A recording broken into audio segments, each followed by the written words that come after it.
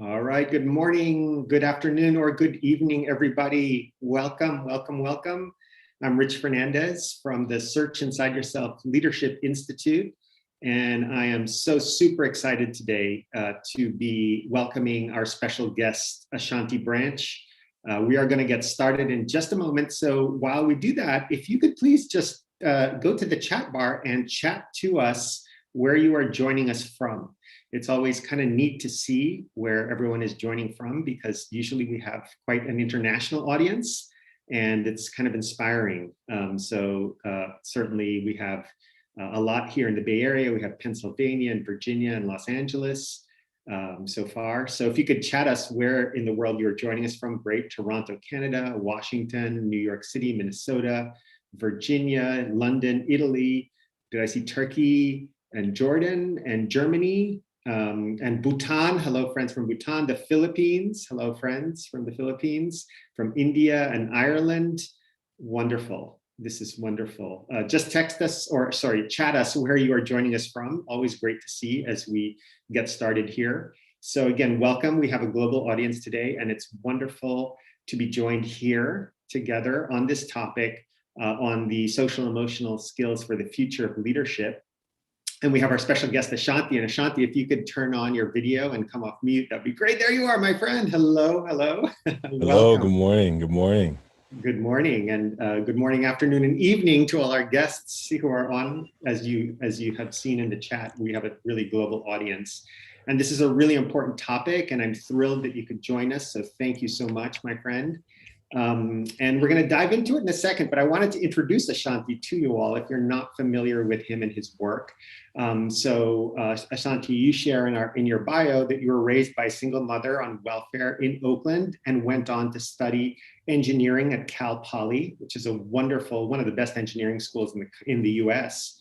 You were a civil engineer in the first sort of chapter of your career, and then went on to, through your passion for teaching and tutoring students, you became a teacher. And in the very first year of your teaching, noticing that some of the students were perhaps not meeting their potential in a really significant way, you started the Ever Forward Club in 2004, which is still going strong today, I'm so happy to say. It helped its members graduate, in particular, Black and Latinx males joining the club and graduating at 100% rate from high school, which is amazing. In addition to that, it's really about changing the way students interact with education and draw on some of these tools that we'll be talking about today. So we're going to be focusing a lot on the future leaders, the rising leaders.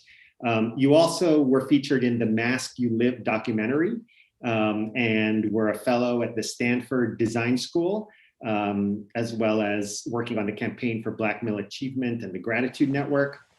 And recently you and your team launched the Million Mask Movement. So we're going to talk about that today. And rather than just talk about it, we're also going to invite you to share, like not just tell, but also show us what that website is all about, what those tools are all about, and demo that for us. And the Million Mask Movement helps connect people all over the world in a self-reflective experience to visualize and realize a little bit about the internal and external world and realize that I'm not alone. So there's this experience of deep empathy and compassion, which I love.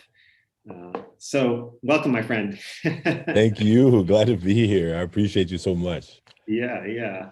And I love those t-shirts behind you too, which tell us about those. Well, the Million Mask Movement is what it's called now, but it started with me just in a classroom with some students, inviting them to explore like what was going on that I wasn't seeing, right? I think when you think about teacher and student relationships, oftentimes the teacher holds the power position, platform, and the stage, and they dictate all the knowledge, and then the student is supposed to just grab it and regurgitate it back. And if you're good at regurgitating it back, you're a good student. And if you're not so good at regurgitating it back, you become labeled a bad student. And normally the way we define good students and bad students is based on grades, right? So if you're not good at academics, you're often seen as a bad student.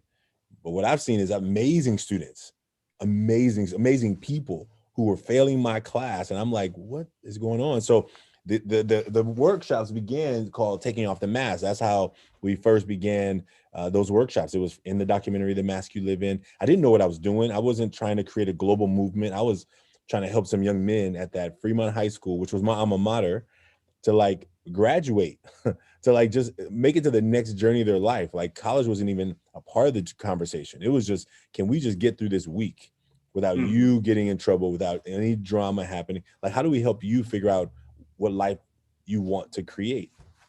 And so that's where it started. 2016, those workshops started after the documentary came out, and then we just the movement started growing. So the shirt that says "I'm okay," I'm gonna show you. I can show you up close. That one was done by one of my former students. He's actually one of the first members to ever forward. And on the outside of this face, it says "I'm okay." On the outside, "I'm okay," which is what we often say when people ask us how we're doing. But if you look a little closer in between "I'm okay," there's a word there, and I don't know if my camera will even do it, but Can't see it really. Yeah, it's hard to see. Oh yeah, sort of vaguely. What does it say? It says "not." Oh. It says "not," and it's actually hard to see on purpose. It's actually hard to see intentionally because the artist, whose name is Hella Futures, who's an art teacher now, he said, "Well, if you're saying all the time I'm okay, I'm good, I'm cool, I'm fine, then why would anybody think anything different? Because it's really hard to see if people are not okay if they're saying they're okay." And the reason he put it over the mouth was because he said it's really hard to talk about too. And so this is the image of our campaign, is like, we're not telling people that they shouldn't have masks, but when we talk about these masks, we're talking about, do you have a place? Do you have one person that you can go to and take off the mask and drop the armor? And we're talking about, we're talking about masks. Everyone's talking about these masks. Like, this is one of my masks. This is one of my personal protection masks, but this is like a mask of a mask. Imagine that, right? I mean, these masks are just like a physical representation of masks that we were already wearing before, right? Where we walk around, we're smiling, or we're whatever we are in our expressions. And there's so much more going on that no one could even possibly know or see by just looking at us. And we're talking about, do you have a place to deal with these emotional masks? Not the one that you can see, the one that is oftentimes covered up. And I know mine, I learned growing up in Oakland to smile a lot, right? That's what keeps you safe, right? Because if you walk down the street and people think you're mugging them, that means looking at them or giving them a dirty look, you'll be in a fight, or you'll be beat up, or something will happen, right? Because they'll be like, who you mugging? And you learn quickly, oh, okay, so I gotta keep track of how I'm looking all the time. That's where I grew up. I'm just speaking about my own personal story. So I've been asked many times, who you mugging? Who you looking at? I'm like, I'm not looking at I'm just walking down the street, right? I didn't even notice you there, right? First of all. But what I learned is that, okay, just keep a nice smile so that no one feels threatened. And I feel that also living in Oakland now, right? Like, I gotta be careful. Yeah, and I love how you've been integrating that awareness and in particular, and we talk about some of those T-shirts and this movement and the art and so forth, and the whole tool of understanding of the mask that you wear. You really kind of are bringing those tools to young people and young men in particular, and Black and Latinx young men in particular. But overall, it's a tool for kids all over the world, because this is actually a global movement. So I was just wondering, can you tell us about the evolution of that journey? How did you you were an engineer and then a school teacher, and then you sort of thought, you know what, we got to bring these tools of awareness, these social emotional learning tools to these kids because they're struggling. And I remember a talk you gave probably in 2017 that I had attended, where you said, I didn't understand why the kids in my classroom, I was doing everything I could, bringing them food, giving them tutoring after class, and they weren't engaging, right? So I realized it was a different set of tools, which are the tools now that you're working with. So can you just tell us a little bit about the evolution of that? How did you come to kind of bring these to these young kids? I think originally, so I was teaching. I was a first year teacher. I was fired up. I had left an engineering career, and I tell people, look, I never planned to be a teacher. Like, teaching called me, and I tried to run from it because I wanted to be rich. You know what I'm saying? Like, I grew up poor, so I was like, poor is not fun. You know what I'm saying? Like, don't sign me up for that plan. and definitely being a teacher. My mom was a teacher, so I knew how teachers got treated, how they got paid. I knew I firsthand experience. Um, and I was like, when teaching started to call me, I was tutoring at this program called Upward Bound, which helps first generation college students. Now, I didn't even plan to be tutoring. Like, you know, I was an engineer working and partying on the weekends, right? That's what I was living for, just to enjoy the weekends, right?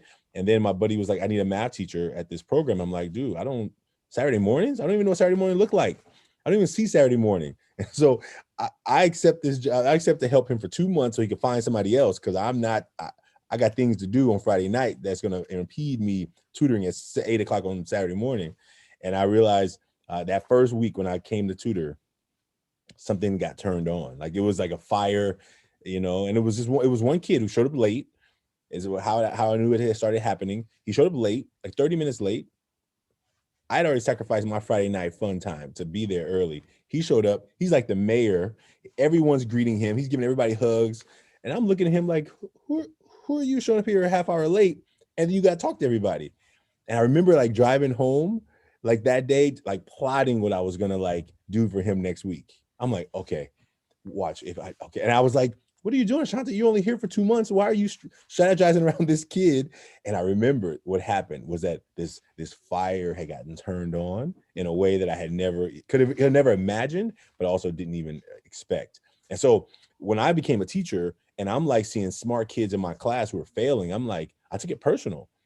I took it personal because I was like, I've seen teachers who were like, hey, if you don't want to learn, you sit in the back tables and I'm gonna just focus on the ones in the front. Now, I probably have said that 2 times in my teaching career, but I really didn't mean it. I said it because I was in a moment of like frustration with kids who were wasting education. But what I really wanted them to do, I wanted them to come in closer. I didn't want them to go away. And I realized that I didn't even mean it when I said it. I said it, but I was like, while you're back there, you better be doing some work, right? Because in my mind, the sitting them back there wasn't the answer. It was, what do I need to do differently to engage them? And so ever forward, not only I was meeting with these young men in a circle at lunch, I just said, look, I'll buy you lunch once a week. In exchange for lunch, teach me how to be a better teacher. Like, what am I doing wrong? And what I started learning from those young men in those conversations was that there was like so much more going on that you couldn't see as a teacher. And I was like, oh, that's what's happening. So I don't have a relationship. I wasn't there to build relationships. I thought I was there to show how smart I was in math, right? And I realized that there's a phrase that says, people don't care how much you know until they know how much you care. And I learned that firsthand. And no matter how much math I knew, it meant nothing if I didn't have a connection. I know some students, here's what I told teachers when I talk to them now. There are some students who, if you don't show up to work, I would come back to work, a day off or whatever. Kids be handing me homework. I'm like, hey, there was no homework yesterday. They're like, oh, I made up my own homework. I'm like, made up your own homework? Then grade it yourself. I didn't give any homework on purpose. You know what I mean? Now, that's one type of student who will make up their own homework if the teacher doesn't give any. And then I had students who I could deliver the homework to their house with pencils, and they're not doing no homework. So imagine me as a teacher teaching a room full of students who have all different connections to learning. That it's almost like a doctor who has to prescribe patients in groups. Everyone, here's what you need. And my work began to figure out how do I, as much as possible, individualize the connection. Like, I can only teach, you can scaffold and through different differentiated kind of things. Those are some skills to pick up as a teacher, but relationships, you can't scaffold those in a lot of ways. And so my job was learning that I'm a connector, and the students who I began to connect with. And some students in my classes, you couldn't tell them they were smart. You could actually cause a fight if you tell a kid who is trying to look cool that he's so smart. I've had it happen. I've had it happen. So what just happened here? Why are you yelling at me? Well, because now you've exposed them in a way. Now listen, for people who like being smart and have always felt good about being smart, what I'm saying doesn't make sense. But if you know about living in a place where smart's not cool, then you know what I'm talking about. And I remembered it because I was one of those kids. I remember hiding my good score on my test in my backpack because my friends didn't do good on the test, and I didn't want to be talked about. Which makes it so hard, not just about being smart or valuing, the work of school, but also hard to express yourself in other ways. I remember seeing some of the documentaries you've been in, and you have some kids featured who talk about not being able to be themselves, not be able to express some of the things that they're experiencing because it wasn't cool to do it. And you talked about one kid in particular who you said had two tools. One was to joke and laugh about everything, the tickle tool, I think you called it. And the other one was to be angry about everything, throw chairs, act out in class, and you kind of took him aside. I remember you saying and say, listen, you have these two tools. Let's talk about some other tools. That's right. So can you tell us a little bit about how you help these young folks develop these social emotional learning tools? And then, so it's a bit of a double barrel question, but I was also impressed when you talked about that. Some of these kids took them up and became leaders themselves. Yeah. Right. Yeah. I remember that story very well. So I told people that some of our young men only have a tickler and a hammer. Like if they can't make you laugh about it, then they'll hammer you because you don't like their jokes. And I said, well, sometimes you just need a little sandpaper. Sometimes you need a little screwdriver to tighten up something. And you're walking in class and you're hammering stuff. Now, I think hammers can build some amazing things. But if all you got is a hammer, it's going to be some rough edges around whatever you build. And I told young people, like, if you don't have ways of navigating your life outside of like being able to understand the many ways of emotions that come among you, right? All the emotions. In my community, young men are not allowed to show sadness and fear and worry. You're supposed to be tough, strong, muscles, have girls, get money. Like there's rules, and they're not written on any walls anywhere. You're conformed to them by people around you, by the statements they say to you, how they look at you, how they talk to you. And so, what we say to them is, look, who are you? like let's say we're in this space. In Ever Forward, we created this space for young men where they could talk about what they were going through in a safe place. Who are you? What do you really want in the world? Like what? And I think sometimes it takes young men months to figure it out because they've never been asked.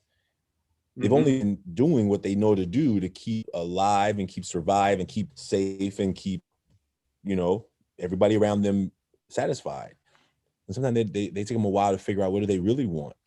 Yeah. Like if you thought you really wanted to be an artist, but everyone around you said an artist, what? And then you're trying to be what other people want you to be. Oh, you got to be a football player. You got to be this. It happens in so many subtle ways. I was on BART one day.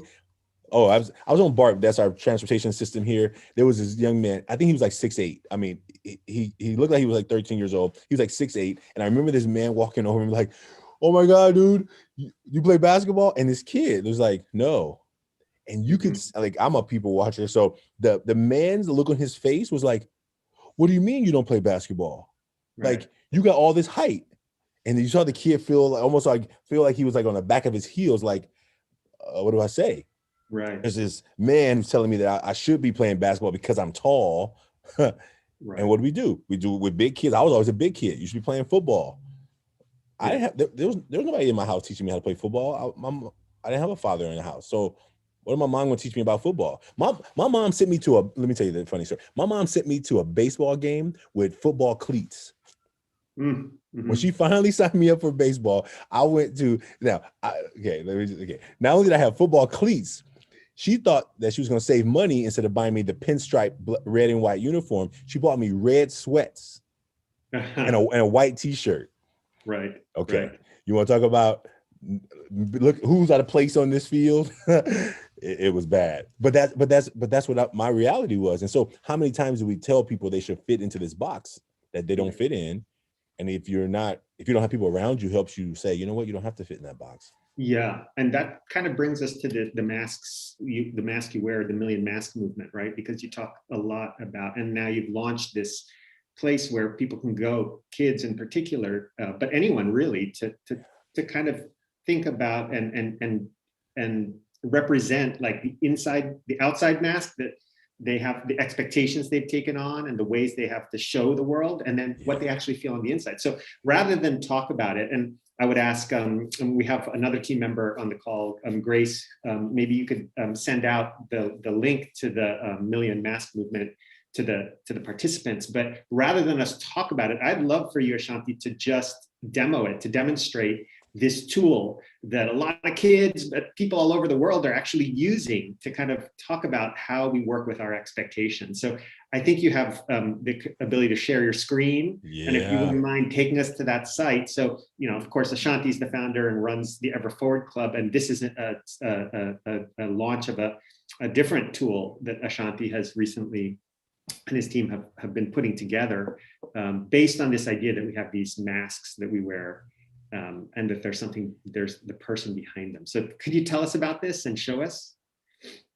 Yeah, I'm super excited. And, this is really exciting. I think one of the things that we've seen in this work around masks is that it allows us to like really deeply connect. And so here's what I want you to see. So let me go to the main page. I'm gonna just go to the 100K mask. So our normal site, the original campaign was called 100K masks, which is for 100,000 masks. And this last summer, 2020, we elevated it to the Million Mask movement. So you're going to see a different site in a second, but this is what the original site looked like. And people would go into here, they would say, draw their mask. And then they would draw a mask, and the tool was designed where we could, you could change the size. If, some people are more fancy, they can, actually they draw on the screen. So the link you have actually will take you to a place where you can actually draw a mask also, and you can go through the steps. So we asked them to draw a mask, right? That would be the first step, right? Draw a mask. And then when we think about a mask, it's, I'm not an artist, but some people get stuck in the art part. I tell them, don't worry, whatever you draw is perfect. It's anonymous. It's an anonymous tool. And what we've learned with this tool is that when people get a chance to come in here, you can, add color, you can change, you can be fancy, or you can keep it simple. Whatever you want to do, it's all good. Yeah. But here's where it gets really exciting, when people get to answer the questions. And so if you look at the bottom, it says, what are the qualities and characteristics of yourself that you gladly let others see? And, let's say, I try and be funny. I think I'm funny sometimes. When you type the word in, it will actually show the word on the top, and you can continue that. So one of the things I definitely show the world, I think I try and be funny. Right? I think I'm funny. I like to laugh. I think funny. I'm serious, right? So I'm gonna just go quickly, but I want to show you the other masks. So you can just see when I type a word up here, it shows up. And then if you think about the back of the mask, which is the things that we don't let people see, what are the qualities and characteristics of yourself that you don't let others see? I'll just type one here. I can type a couple, but I got a lot of them. Fear of failure. Like, I have a fear of failure. My fingers don't even want to type it. That's like how funny is that. Fear of failure. I fear failure. And so when people make these masks, they submit them and they're anonymous. And then here's I'm gonna show you the next screen, because I want you to see how it looks now with this new version. So let's say, for example, there are masks from all over the world. We have over 50,000 masks collected. Now, what you're seeing right now is the gallery of masks. These are the most recent masks that were created. So you can see there was the first mask here. I'll make it bigger. A 60-year-old female from Tucson made a mask. This is the front, funny, hardworking, kind. And this is the back of the mask, poor self-esteem, sarcastic, anxious. And if I scroll through, I can see masks that are from everywhere: 48, London, Baltimore, London, Point Claire. I'm not sure where that is, but so some of these countries I have to go and look up. Northborough. So some places I have to go look up because I don't even know the places that people are making masks from. But it's been really beautiful that now these you see some older folks making masks. If I scroll down, I could probably find more masks of younger folks, right? Younger teenage, like the campaign is for everyone, and it's global. So I want to show you one more thing. I think one really cool thing 3 with this years old. tool, and Yeah. you see 3-year-old. Yeah. Let's see. From London. Yeah. Nice smile. My smile, kindness, and vulnerability and weakness. Now it could be a typo, or it could be, it could be somebody was trying to do it and then they who knows. We kind of take them in and we just let them kind of roll. But what we've seen and the work that this new version is doing, right, is that if I, as an educator, let's say that you sign up. So I signed up, you see I'm logged in here, Ashanti here, I have my codes here. I'm gonna go to Educator View. Educator View is the mask that I have made with people directly. And what it will do is it will create this word cloud connected to all the masks that I have made ever, that I've invited people to make as a facilitator. I'm a facilitator of this work. Now, let's say, for example, maybe right now you're making a mask, and maybe some of you already are making a mask. Maybe you're drawing the mask, maybe you're putting words in. So I created the code that will allow you to make masks. So I'm gonna show you one. I'm gonna give people a few more minutes to make their own mask if they're making one, but I'm gonna go to one that I know already has masks in it. Let's say, let's go to this one right here. So this is a organization that I went to. Now, what's going to happen is it's going to pull up all the masks from that workshop, and it's going to give me a word cloud for that actual workshop. And these are the students. This was a high school. So if I click on this is a 16-year-old female from San Francisco, and this is the mask: confidence, humor, kindness on the outside, shyness, anxiety, depression on the back. On the inside, I'll go what she maybe feels. 2 or 3 more. Yeah. So this the is back like is what the they things. show and then what they feel. Kind of, That's right. Wow, That's like the way we describe it, and we leave it really simple so that everyone can kind of define it kind of the best way for them. But it's like, imagine if I know about myself, I don't get to show certain things. So this is a young man, 15-year-old young man. It's happy, brave, energetic outside the mask. The back of the mask, things I don't get to talk about, don't share: scared, fatigue, stress. And what we see, I'll go through 2 more and then I'll come back to the main screen. So 16-year-old female, San Francisco. This one: happiness, confidence on the outside, nervousness, sadness on the behind the mask. And so what we know is that if you are in a place where you recognize that you don't get to show a lot of your true, full self, that there's so much more to everyone who's here right now than anyone could ever really know by looking at you. On the outside, you can probably name maybe 6, 7, maybe 10 characteristics of a person. But there's like dozens and if not hundreds of things you don't know about those people, or what they're going through, what they're feeling, what's happening on the inside. And I think that we're trying to find this idea. There's this context called the Johari window, and I just only learned about it in the last 2 weeks, so I'm still new to it.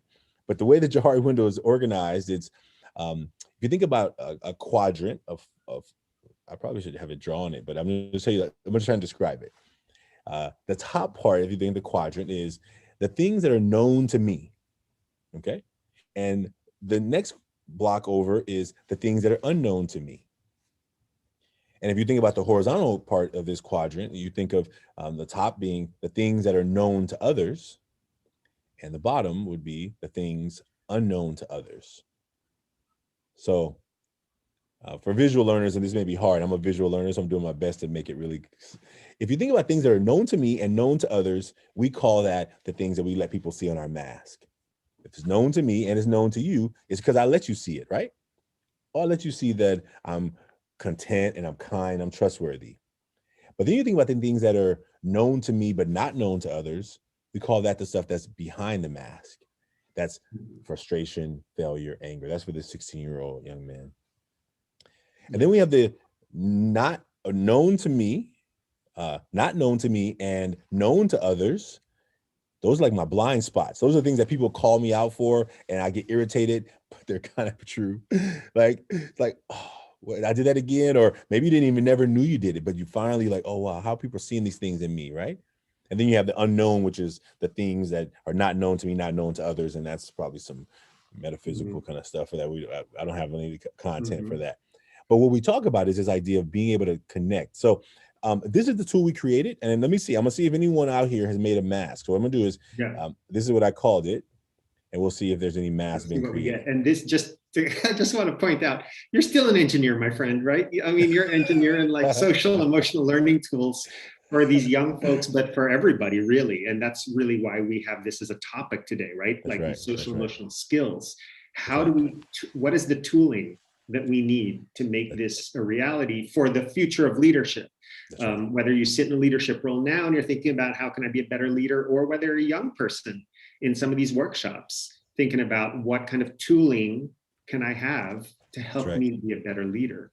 That's right. And I don't know if you're seeing the chat, my friend, because I know multitasking is a myth, but we've got some great comments in the chat. And by the way, for the panelists, the participants, I just want to say that please keep chatting questions, comments, and then we'll certainly make time in actually very shortly, because it's already halfway through the webinar, to to just have questions, Q&A kind of session. So we can even start that now if you'd like, and chat across your questions, or raise your hand, and we'll be able to address some of the things that are on your mind. And as we're kind of waiting for comments and questions to come in, Ashanti, the other thing I wanted to ask you about is the idea that these are tools that are available to our youth now as rising leaders, that in a way perhaps weren't available to us when we were coming up. I mean, what's your perspective on that? Do you see that these are taking root more fully now than in the past? What's your perspective? Yeah, this past year has been amazing. Definitely during the pandemic, we had a lot of students. We had one young man in Bay Area who he was going through a tough time, and I learned about him by a young man from Taiwan who I was mentoring, who said, "Oh, this is a guy in Alameda, which is like 20 minutes away." So it's kind of amazing how small the world is, right? A young man from Taiwan connects me with a young man 20 minutes away who's going through a tough time. And so the world is getting smaller, but also more connected. And so this young man, I reached out to him. I told him about the movement, the Million Mask movement. He said, maybe I can bring it to my leadership class. And I was like, man, that would be so helpful. He connected us with the leadership teacher. We presented to the leadership class. His whole school went through the mask activity, over 1,300 students. Wow. By him taking the initiative and saying, you know what, I could have used this, and I could, and him opening the door. And he's, he was a senior, right? And then through that work, all the students who helped lead, now his peers were the ones, I didn't facilitate the workshops. The students at that school in Alameda, Encinal High School, were the first students who were like taking on this peer mentoring work. That's how we create this program called the Peer Mentoring Program, because we realized the students are going to be the ones who lead this. And then they connected with another school in the district who has over 1,800 students. Those students then presented to their peers. So basically, this one young man, this catalyst from a young man from Taiwan, connecting with one young man in Alameda, over 2,000 students has now experienced this work because of one young person. And I think that if young people, I think they have so much opportunity and power, but oftentimes they use these devices as what tells them whether they're important or valuable, right? And you get sucked into the comments and the likes and the clicks. If you get sucked into comparison, one of my teachers told me, comparison is a thief of all happiness. So if you get sucked into believing that you're not important, valuable, and meaningful because somebody didn't click or like your photo, you're getting caught in the trap. Now, I love my phone. I'm not talking bad about phones. I'm talking about the unintended consequences of technology, right? Like, imagine that. And what I tell young people, I said, listen, if you compare your behind the scenes story to everyone else's highlight reel, you're never going to feel validated. Yes. And what young people recognize is that they're hungry for connection. I think even more so than I was when I was younger. So I think the more we can give them, and so we have young people who are now taking charge of this. And our vision in the fall is that students all over the country, definitely right here in the Bay Area, will be starting their own peer mentoring clubs, a space where young people can talk about real stuff. That's amazing. The vision. Yeah. The comment here, thank you, Janice. Wonderful. This is how movement starts. Maybe we can also get this tool in the hands of politicians, government leaders, business leaders. It truly has the potential to be a movement and speak to something like essential in our humanity. We do have a couple of questions coming in too, so I'd love to open it up for those. So we have, I see Simon you have your hand raised, and I think we can have you come off mute and just ask Ashanti your question directly. So please, Simon, go ahead, and thank you for your question. If you could unmute yourself. All right. So Ashanti, by the way, you're looking great. Looks like you're taking care of yourself. I'm just so happy to be part of this movement. And I wanted to ask you if you know who King Randall is. The name sounds familiar. Wait, is he on Instagram? Well, he's probably on Instagram, but he's a 21-year-old black man in Albany, Georgia, and he started an organization called the X. I'm not sure what it's called, but it's King Randall in Albany, Georgia, and he's starting a boys preparatory school, and it sounds like there's a lot of similarities here in terms of, he's going after young men because the young men that he's going after, 90% of them don't have fathers. So I see a lot of synergy that could develop between what you're doing with the Ever Forward Club and what he's doing. Thank you, And, Simon, for the question. That's for the comment. That's we'll think about how we can connect up. So appreciate that. Yeah, thank you. Yeah, I want to be involved. Yeah. Oh, good. Yeah. Well, you have the link, and we want to make sure to share, by the way, how you can get in touch and with the Ever Forward Club and Ashanti and the Million Mask Movement. And so we'll certainly chat those out. So thank you, Simon. And we have a chat question actually from Jennifer as well, which you can see here maybe, which is that as people start to open up emotionally, how do you support them through the process, right? Like you give them these tools, it gets something started, but how are they supported through the process? What are your perspectives on that? Yeah. So we made masks all over, right? And I think one of the things that I've held on to this idea, and what I think research shows is that when you give somebody an opportunity to talk about things, sometimes the answer to talking about it is not because it's my job to fix it. Sometimes it's opportunities that I am building up steam inside this brain, body, heart of mine. And sometimes the max level just needs one more thing and it kicks it off the other side, right? And I've seen it with young people, but you can know adults, right? You probably have some adults that have flipped out at a small thing. It probably wasn't the one small thing. It probably was the 50 other small things that got built up. And all of a sudden you try to open your bottle of kombucha and you didn't know that the pressure was already, because you can't tell from the outside. You just know that you want what you just like. I like kombucha, by the way. So I'm sorry about that. Just analogy, but it can happen, right? You open the top and all of a sudden you now are wet. Now look, some messes you can clean up with a baby wipe, but some messes take years to clean up depending on the mess. And so what I say is, look, we're just trying to give young people space. We don't force them to open up. We give them room, and we're like, look, I don't come in as a fixer. There's a quote that I think that says something like, if you have come to help me or save me, like, don't. But if you've come because your liberation is tied up in my liberation, then come on, let's get to work. And what I hold that context when I work with young people is that, hey, I'm not here to fix you. I don't think you're broken. I think you're amazing. I think you may be bottling up a lot of steam and pressure that if you don't do it in a healthy way, it will erupt. So the hard way to answer that is, I don't come in with any plan except that here, I'm gonna open up a little bit. I'm gonna give you some room if you're willing. And I think young people are hungry for the opportunity. What I've seen around the country and even around the world, young people want to open up. Oftentimes the adults are the ones who are like, well, I don't want to let them talk about what they're going through because I don't have a way to fix it. And I never come in trying to fix anything. I come in with just as a listener. And I think that, and I know your answer, I'm not giving a good answer, but this is my best answer. I hold the context that I've seen young men blow up emotionally because they had no way of just letting go of some of the other stuff they were carrying.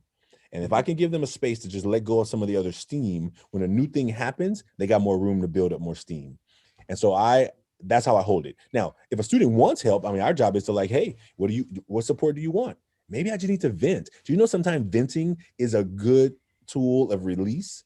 And so that's the way I hold the context in the work. And we're not therapists. I'm really clear. We're not therapists. We're mentors. We're listeners. We hold space for people. We hold space for adults.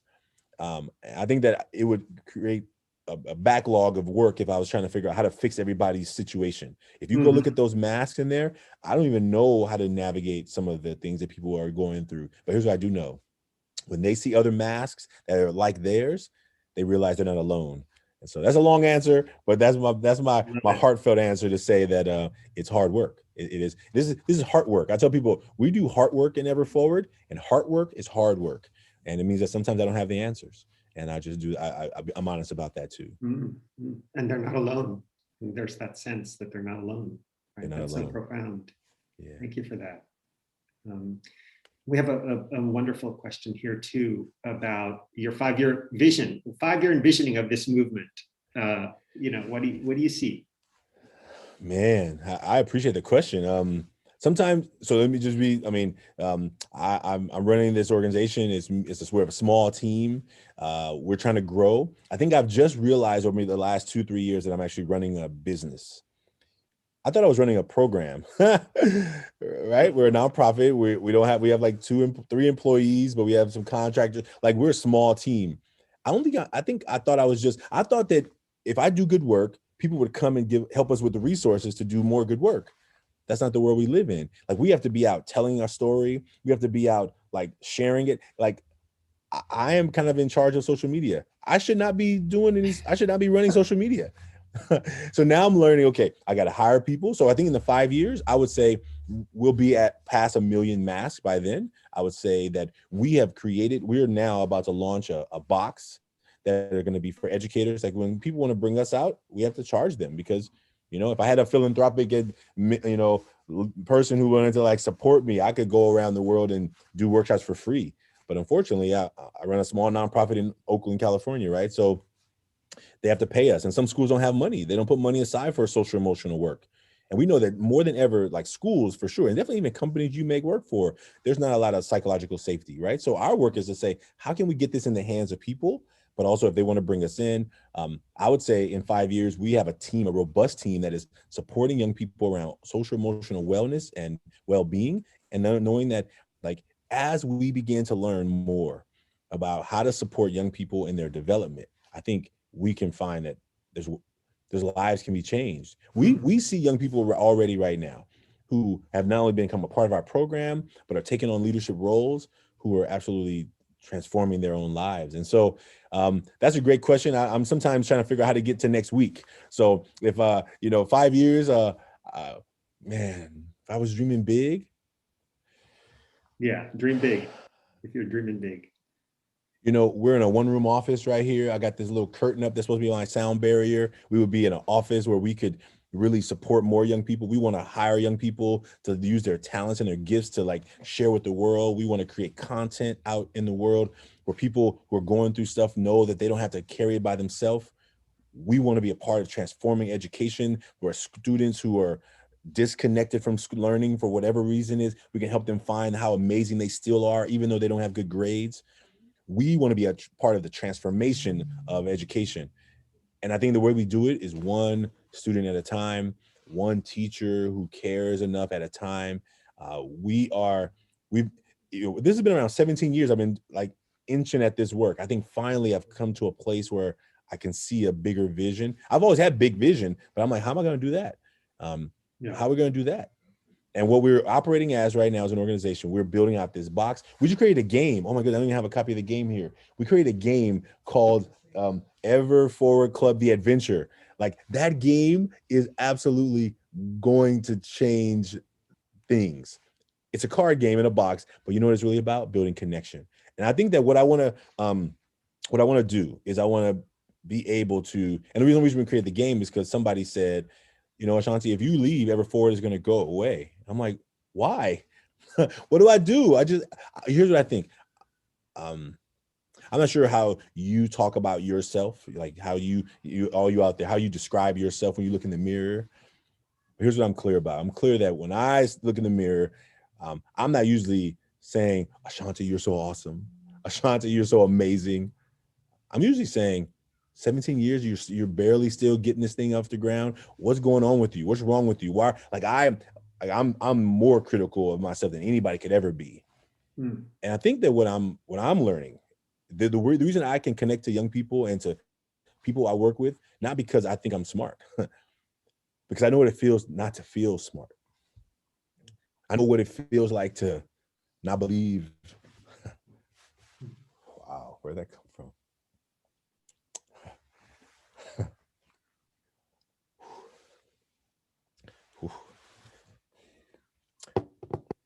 To be working like so hard, and feel like everyone else around you is making progress. I get stuck in comparing. I know comparison is a thief of happiness. You know why? Because I compare. I compare the organization who just started a year ago, have $1 million grant, and they haven't supported not one kid. I find myself comparing. And you know what happens? I'm not happy. But Hard when I work get is hard work. Yeah. oh man. So when I get to check in with Victor, who just graduated high school, who was on his way not to graduating, when I think about him, oh man, there's joy. When I think about that young man who lost his mom right before ninth grade and lost his grandmother right before freshman year in college, but he's staying in the game, oh, I feel joy. And so I have to keep teaching myself. And so the reason I know this work so well is because I'm a student of the work.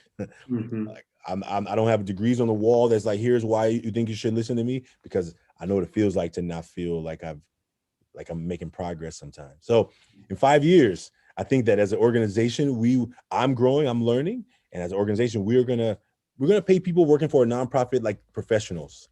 Mm-hmm. Like I told my team, look, like right now, we're in that rough age. We're 17-year-old not startup. We're a 17-year-old startup. That sounds funny, right? But I know the feeling. And we're gonna create an organization where because you work for a nonprofit organization, you don't have to take a vow of poverty.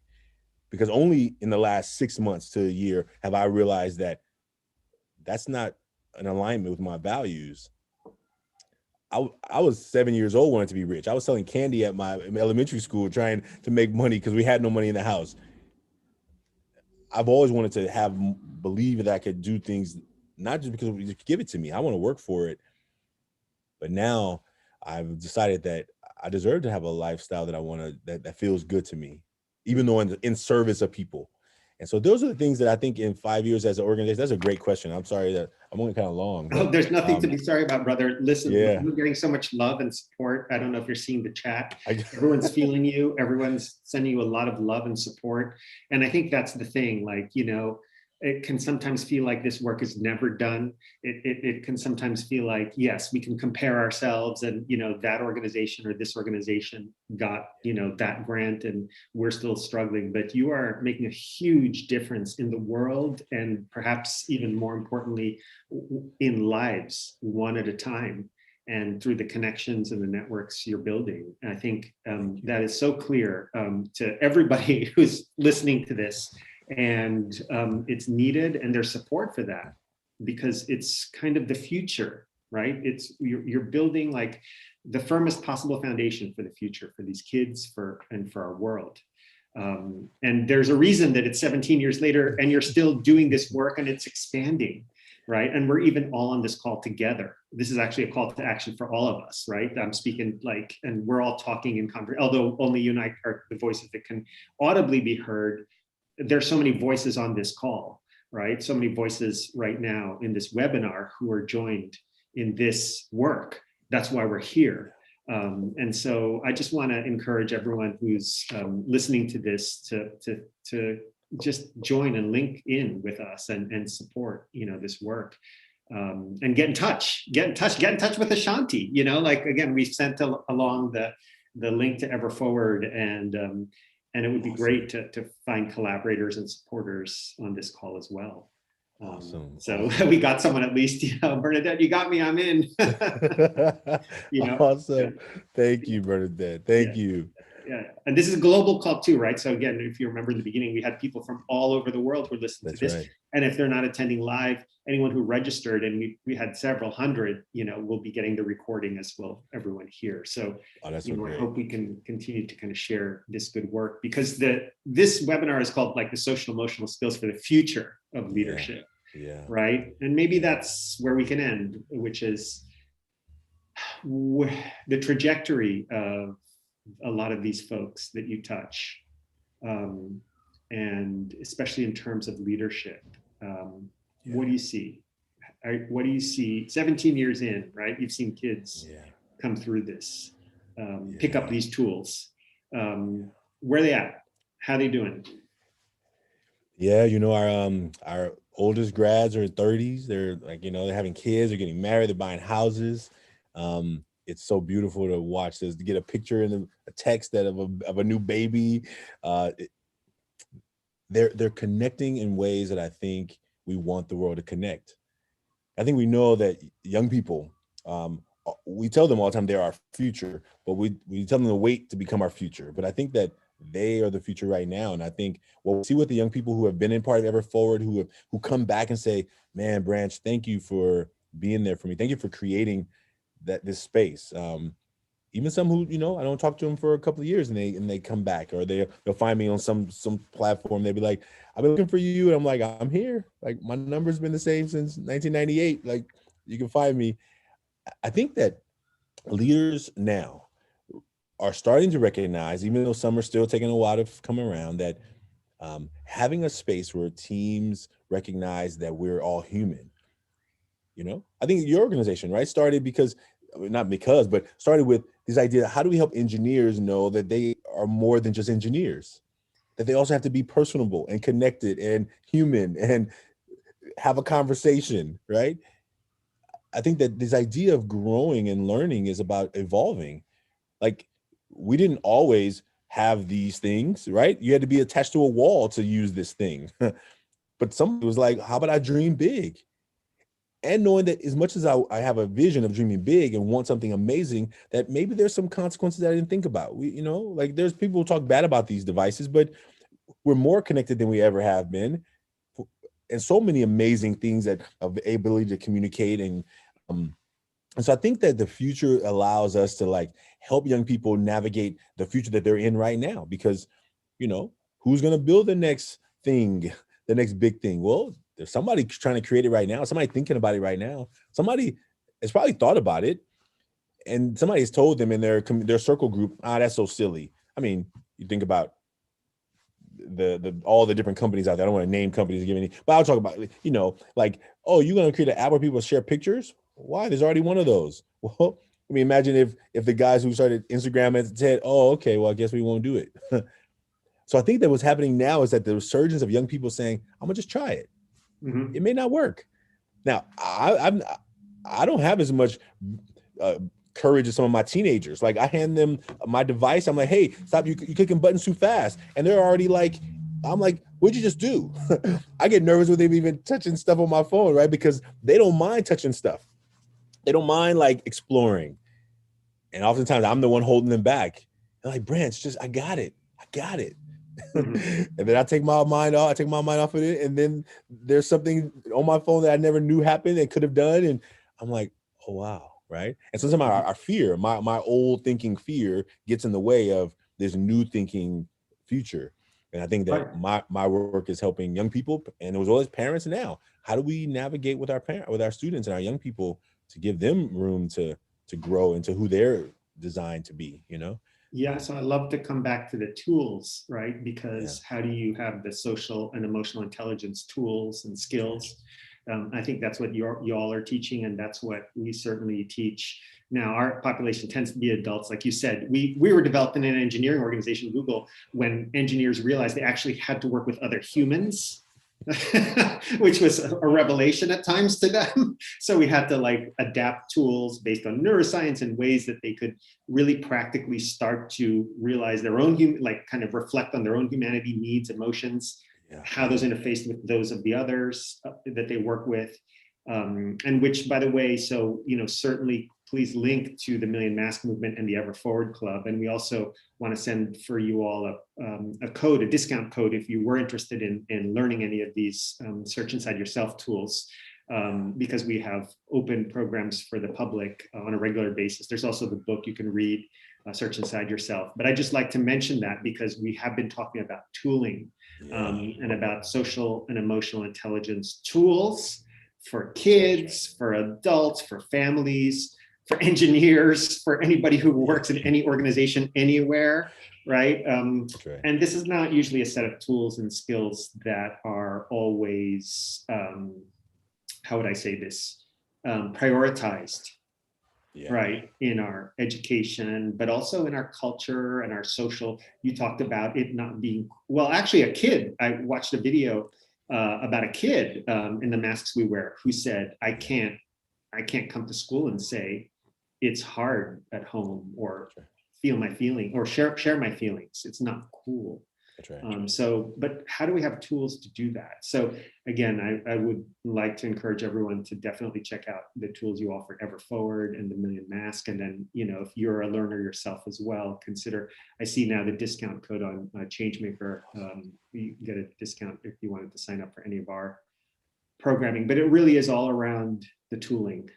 So I love that you started and are still an engineer in your own way and a connector and an educator and so many different aspects of the work. I was writing something the other day and I was thinking about this idea of like, I was thinking of a talk that I was going to do. And I was thinking like, well, like from engineering big buildings, which is what I used to work on, and to like helping, I don't know if you could say engineer minds, but I was like, okay, what if I was trying to think of like a little catchy tag, right? But I was like realizing like how much my work is really about still creating, right? And I think I always thought that you had to be a good painter, because I was told in elementary school that I was a horrible drawer and a horrible colorer. I was never in the lines. So I didn't think I was creative. I've only realized recently that creativity looks different in different ways, and that my creative way is building connection and building community and building experiences for people. And I think that some people don't never find the thing that makes them come alive. And I think Howard Thurman, their quote says, "Don't ask what the world needs.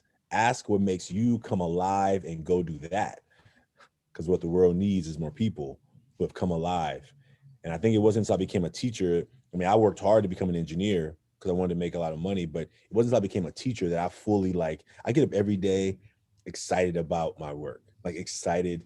It's not always easy, you know, but I am clear that this is the work that I think I was born to do. The stories that I think about, the young people who texted me just yesterday, they're, changing jobs, trying to join, like just trying to figure things out. They know they got a space. I didn't have that until 10 years ago. I joined a men's team where I had people in my life I could really trust to go and talk about the tough stuff and the fun stuff. And I think we all need it. And so that's what our work is trying to do, and let people know that you're not alone. That it sounds like a cliche, but it's so true. And when you recognize, when you go into that tool, just, one of the things that tool does, if you think you're dealing with something and you think no one else is dealing with it, type it in there. Search, do a keyword search. I can't promise, but I would be pretty close to saying you're going to find some other people in other parts of the world who are probably going through similar things. And we oftentimes don't know because we can't see it. Listen, on behalf of our global audience here, I just want to thank you for the work you do, for inviting aliveness for our young people and for everybody, and connection, and helping people realize that they're not alone. It's such important work right now.